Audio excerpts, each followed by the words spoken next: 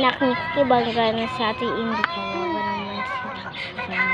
Wala na. Patay na siya, Ate Indy. Kawawa naman siya kasi matulong-tulong kay Kibangga na siya. Tapos hindi na mabuhay. Mamayang gabi na yun.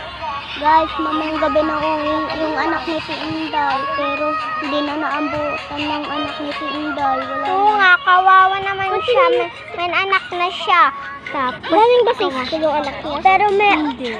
Kasi awa. Pero po may aalaga pa po sa anak niya. Tatay niya po. Tapos nanay niya. Kasi awa naman. Ano? Patay na niya nanay niya eh. Alaga pa. Alaga niya. Makikita pa rin ni Kinkin yung anak niya sa langit. Ay, si Inday makikita. Ay, si Austin, guys. Anak niyo matanda na. Lahat. Anak niyo. Guys, video. Bye. Alam mo, si Ate Inday patay na. Igaan mo lahat ng mundo ng Pilipinas kung ibabansa kayo. At least, patay na mga si Ate Inday patay na. Kapay sa mga bangko niyan. Kaawa naman si Ate Inday. Ay no, tingnan mo. Iwawalis ko lang. Tulungan. Pati niyan. Pati niyo yung bangko pula. Ayun, kawawa naman, oh. Ano, tindahan, mga bahay. Mga iba. Ayun si Jade. Kuya.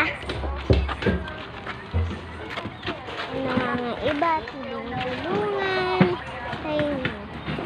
Sa like video, comments, section, May, June, July, August. Ayun, iyak na si Austin. Kasi wala na siya. Ingay. Ano? So, yun o. Alam mo, alagaan niya. Ayun. Kuya. Si Kuya lang yun. May tago. Mamatay dito. Sabi mo ano? Nakakaiyak guys. Pag namamatay dito. Si Ate Inday. Ayan si isang nanay ngayon. Si Jane. Nanay mo yun? Dakutin niyo muna bago walisan. Kita niya yun. Ako at ate ko yun. Ayun si Ninong Pili.